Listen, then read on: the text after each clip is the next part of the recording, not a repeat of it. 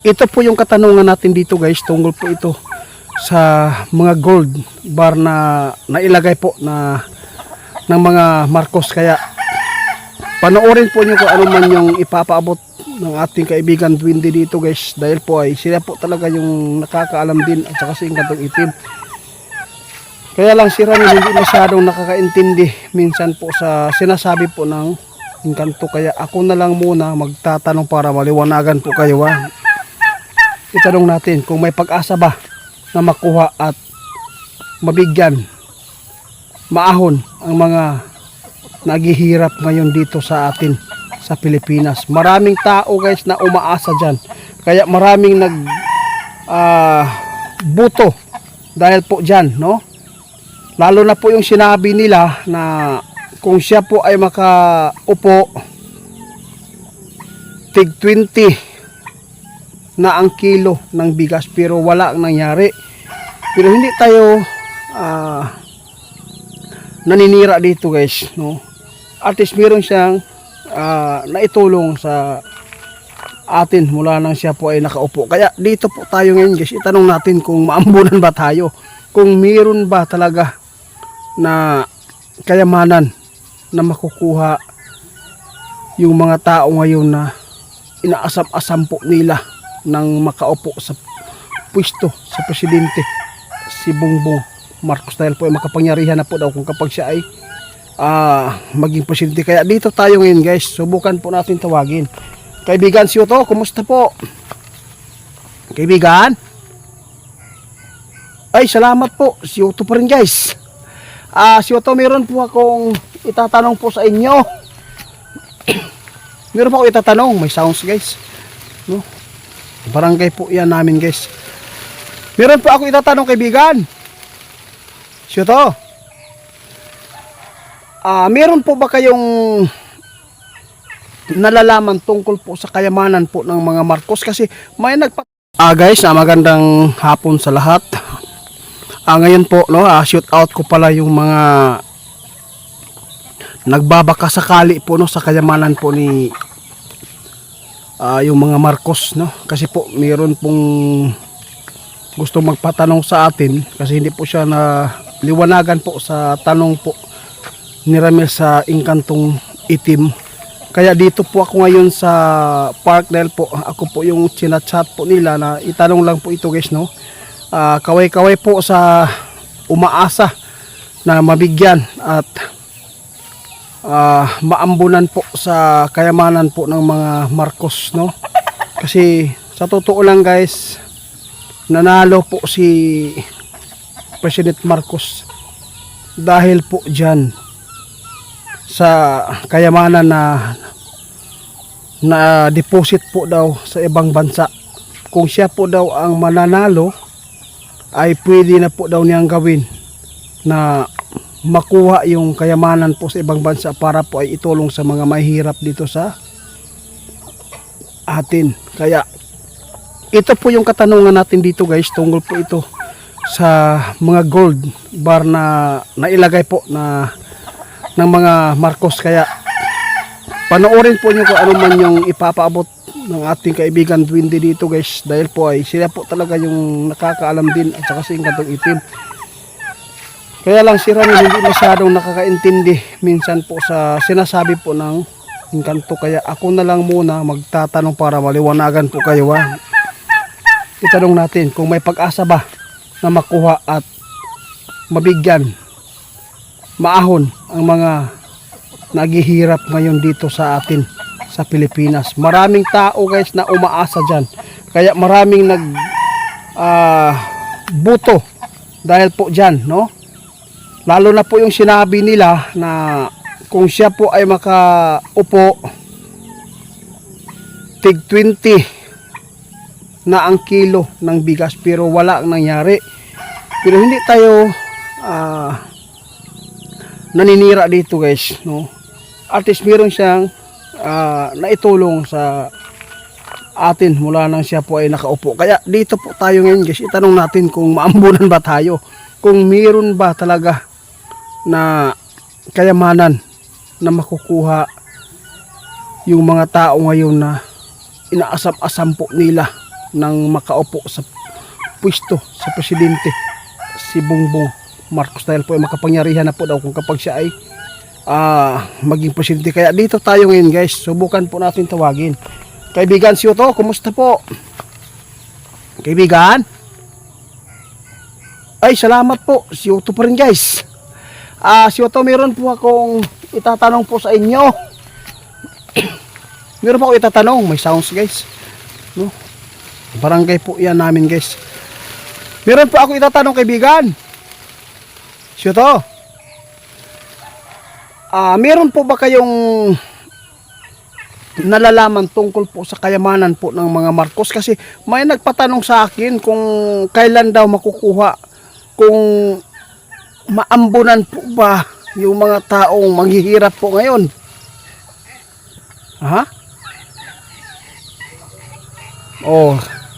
Salamat kaibigan. Guys, ito po yung sagot ni kaibigan po ating Otto.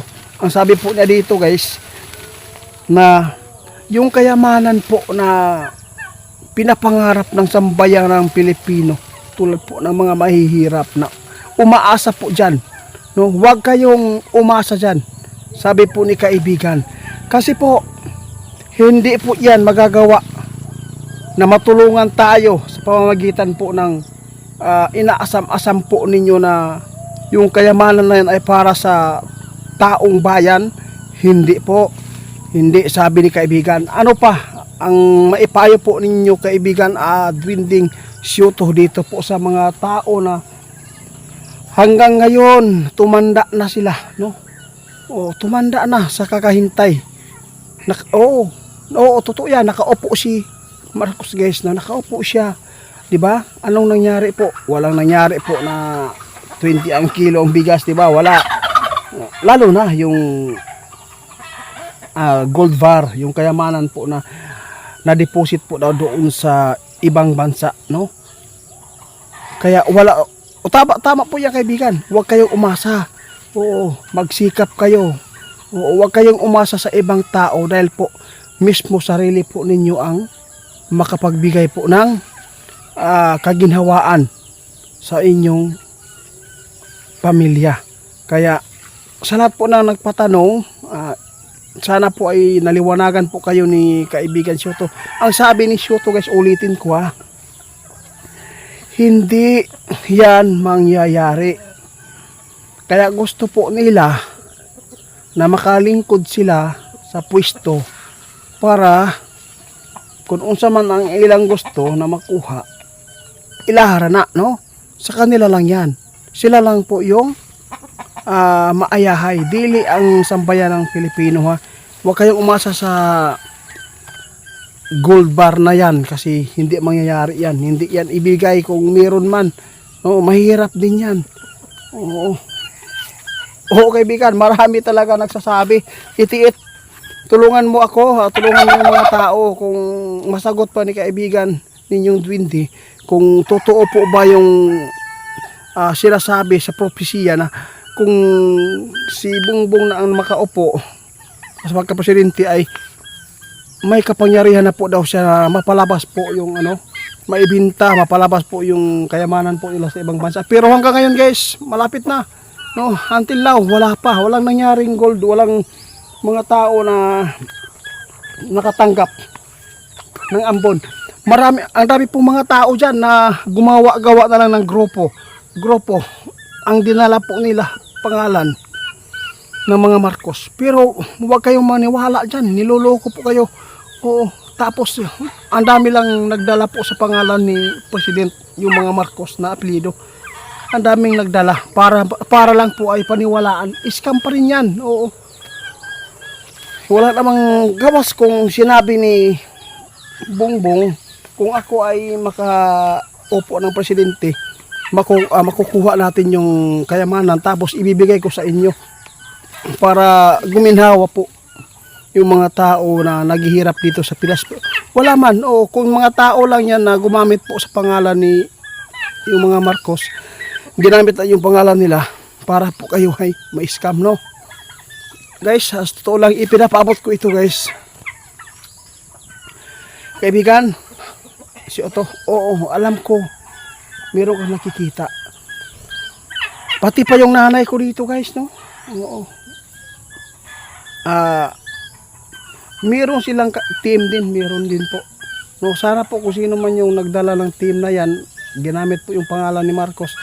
Huwag po kayong mangluloko, no? Huwag kayong mangloko sa tao kasi po hinihingian po nila ng bayad guys.